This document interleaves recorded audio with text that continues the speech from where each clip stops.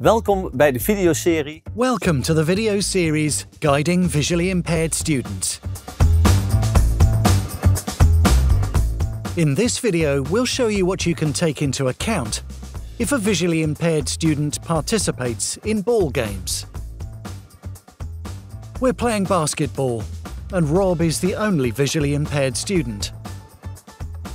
Rob's vision has deteriorated over the last few years. His vision's blurry, he has tunnel vision, and suffers from night blindness. Rob will have trouble keeping track of the ball and the other players.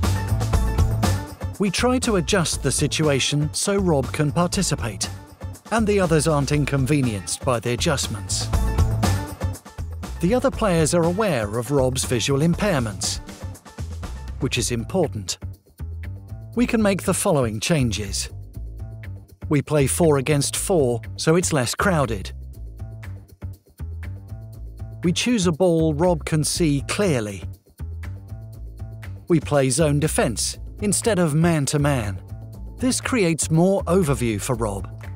We play in contrasting vests that Rob can see clearly. Rob has a free walking zone where he can't be touched. We discussed beforehand on which side that zone is because of his vision. We ask the other players to pass to Rob with a bounce. They can also call out to Rob, so he knows from which direction the ball is coming. We also agree to use short passes for Rob. If the ball is out of bounds, we continue playing, and you can use an extra hoop to make scoring easier. To include everyone, we agree that everyone gets 3 goal attempts. This means that all players will get a chance to score. For the organisation of all ball games, limit the amount of players, use contrasting vests and a clearly visible ball, and discuss with the visually impaired student where they have the best overview so they can participate as much as possible. For coaching, guiding and differentiating, the following is important. Pass to the visually impaired student with a bounce so they don't get the ball in their face. You can choose to create a free walking zone where the student can't be attacked.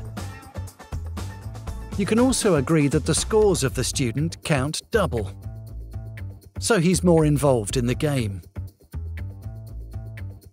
Finally, practice the various techniques so the end game can be played properly. Evaluate with all students if the changes had the desired effect. The changes used in this video can also be applied to other ball games. You can say that all individual sports are possible in a club setting. For example, fitness, swimming, and gymnastics. If you can play ball sports at a club or in a competition, depends on the nature and severity of the impairment, as well as on personal characteristics like courage and perseverance, or motor skills. If you have a student with a visual impairment, look at the possibilities. You can do more than you think.